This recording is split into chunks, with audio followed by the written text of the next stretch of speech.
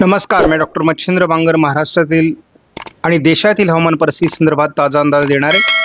आपण बघतो की महाराष्ट्रावर तेलंगणा, आंध्र प्रदेश, कर्नाटक, मध्य प्रदेश या काही राज्यांवर मोठं पावसाळी क्षेत्र गेल्या 3 दिवसापासून तयार झालेलं आहे आणि महाराष्ट्राच्या खास करून मराठवाडा, विदर्भ आणि पश्चिम महाराष्ट्राच्या काही जिल्ह्यात त्याचा अधिक प्रभाव सध्या अस्तित्वात आहे। 27 मे पर्यंत मान्सूनची प्रगती ही मुंबईपर्यंत झालेली आहे आणि पूर्वेकडील सर्व राज्यांमध्ये ज्यालाच आम्ही ईशान्य कोपऱ्यातून म्हणजेच पूर्व भारताकडून मोठी प्रगती झालेली आहे। पुढील प्रवास मान्सूनचा रखडण्याची शक्यता आहे। सध्या अजून 2 दिवस तरी मान्सूनची प्रगती होऊ शकते, परंतु त्यानंतर म्हणजे जून जसा सुरू होईल तशी मान्सूनची प्रगती रखडण्याची शक्यता आहे। ज्यांनी या चॅनलला सबस्क्राईब केलं नसेल, दररोज व्हिडिओ बघतात, त्यांनी देखील या चॅनलला सबस्क्राईब करायचा प्रयत्न करा की जेणेकरून तुम्हाला दररोजचं नोटिफिकेशन येईल आणि तुम्हाला नवीन अपडेट हवामानाविषयी समजेल। महाराष्ट्रातील पावसाचं वातावरण आता हळूहळू कमी होऊ लागलं आहे। सध्या पावसाळी वातावरण हे जळगावच्या उत्तरेला, अकोला अमरावतीच्या आणि बुलढाण्याच्या उत्तरेला, मध्य प्रदेशच्या काही भागात तयार झालेला आहे। तो हा या ठिकाणचा भाग आहे। तर दुसरं क्षेत्र हे बंगालच्या उपसागरामध्ये अंतर्गत भागात आहे। अरबी समुद्रातला या ठिकाणचा पावसाचा प्रभाव कमी झालेला आहे। त्यामुळे आपण बघतो की संपूर्ण दक्षिण भारतावर पावसाळी प्रमाण कमी झालेलं आहे। उत्तर भारतात सध्या WD नसल्यामुळे उत्तर भारतात देखील कुठल्याही प्रकारचा पाऊस नाही। सध्या मान्सून जरी आला असला तरी पूर्व भारतातला पाऊस उघडलेला आहे। काल दिलेल्या अंदाजानुसार महाराष्ट्रात आज पावसाळी क्षेत्र असण्याचा अंदाज कायम आहे आणि त्यामध्ये रायगड, रत्नागिरी, सिंधुदुर्गमध्ये थोडं पावसाळी प्रमाण जास्त असेल।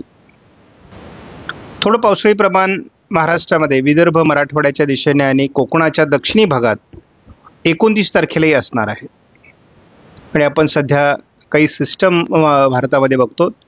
या ठिकाणी एक सायक्लोनिक सर्क्युलेशन आहे, या ठिकाणी एक सायक्लोनिक सर्क्युलेशन आहे, म्हणजे याला तर आपण लो प्रेशर म्हणतोय।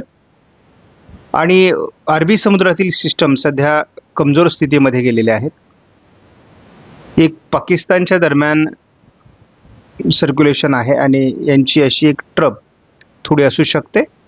तर या कमी दाबाकडे जे वारे खेचले जात आहेत अरबी समुद्रातून, त्या वाऱ्यांमुळे या भागात देखील पाऊस सक्रिय राहणार आहे। पावसाळी वातावरण 30 तारखेपर्यंत महाराष्ट्रात सक्रिय राहील। 31 तारखेपासून पाऊस उघडायला सुरुवात होईल। कडकडीत उघडीप आपल्याला महाराष्ट्रामध्ये बहुतांश भागात, कोकणाचा दक्षिण भाग सोडता 1 तारखेला बघायला मिळेल। 2 तारखेला उघडीप, 3 तारखेला उघडीप, 4 तारखेला उघडीप आहे, 5 तारखेला थोडं विदर्भात आणि कोकणात पाऊस असेल आणि 6 तारखेला महाराष्ट्रात आणि भारतात बऱ्यापैकी उघडीप राहणार आहे। या मॉडेलचा आपण थोडा धावता अंदाज बघूयात। सध्या महाराष्ट्रामध्ये 29 तारखेपर्यंत तरी पावसाळी वातावरण आहे, परंतु जशी 31 तारीख येते तसं महाराष्ट्रावरील पावसाचं वातावरण कमी व्हायला सुरुवात होते। शिवाय जे काही पावसाळी वातावरण बंगालच्या उपसागरात तयार झाले ते विरुद्ध दिशेने स्पष्टपणे सरकताना दिसते आणि अरबी समुद्रातील जे पावसाळी क्षेत्र आहे ते थोडं महाराष्ट्रावर ढगाळ परिस्थिती निर्माण करत आहे। 6 तारखेला आणि 7 तारखेला हलकी पावसाळी परिस्थिती देखील हे वातावरण तयार करणार आहे। मात्र हवामानात जो बदल आहे तो 11 तारखेला आपल्याला होताना दिसतोय। अरबी समुद्रातून आणि बंगालच्या उपसागरातून पुन्हा वातावरण भारताच्या दिशेने 11 तारखेला सरकायला सुरुवात होईल आणि महाराष्ट्रात पुन्हा पावसाचं वातावरण तयार होण्याला सुरुवात होणार आहे। बंगालच्या उपसागरात जरी कमी दाबाचं क्षेत्र तयार झालं असलं तरी महाराष्ट्रात त्याचा परिणाम होणार नाही।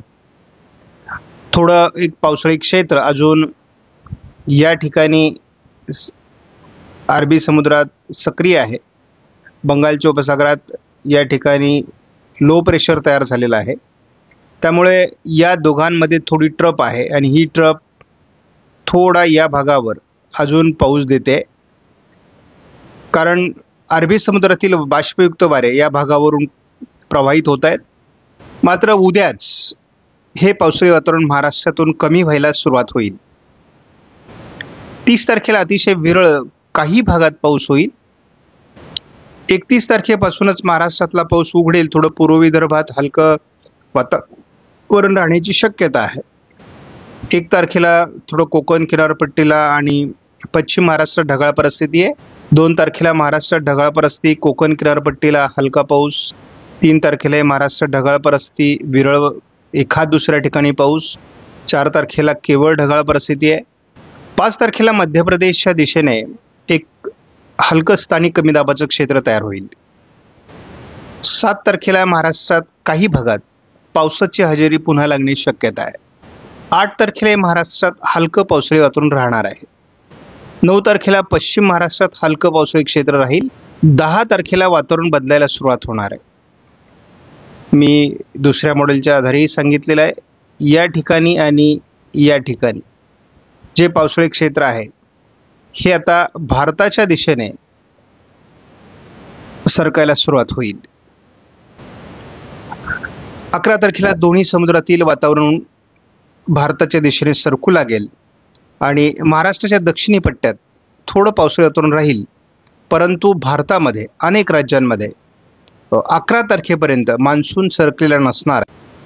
आपण बघतो सध्या महाराष्ट्राच्या उत्तरेकडे या ठिकाणी 996 हेक्टोपास्कल हवेचा दाब आहे.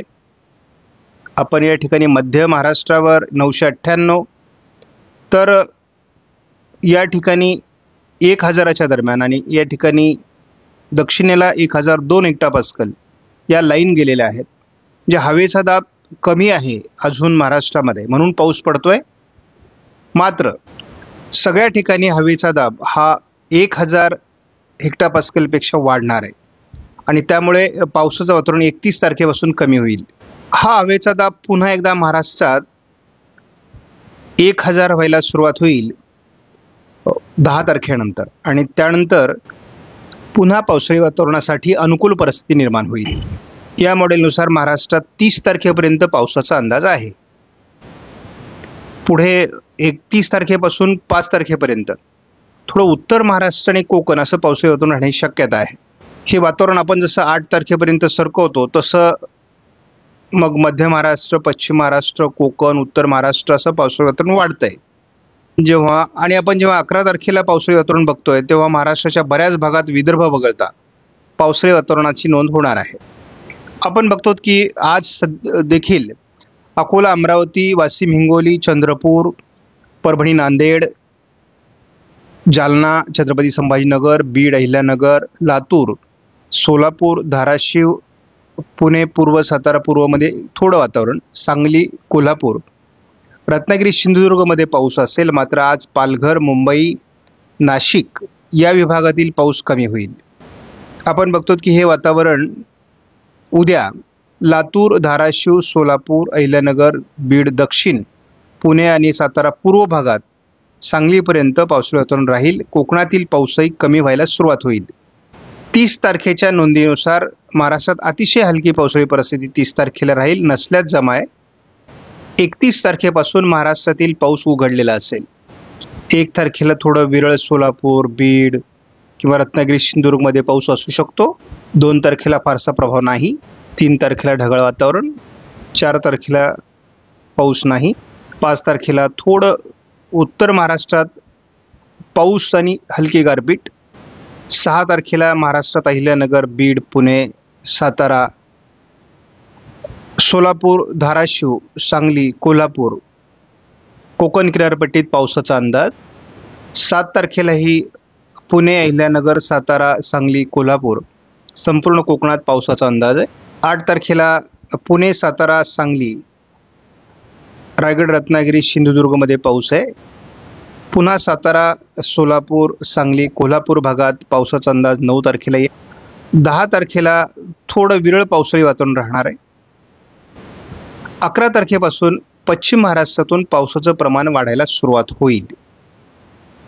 त्यामुळे महाराष्ट्रात खूप कडकडीत खंड जाणवणार नाही. मात्र पावसाचं प्रमाण कमी होईल.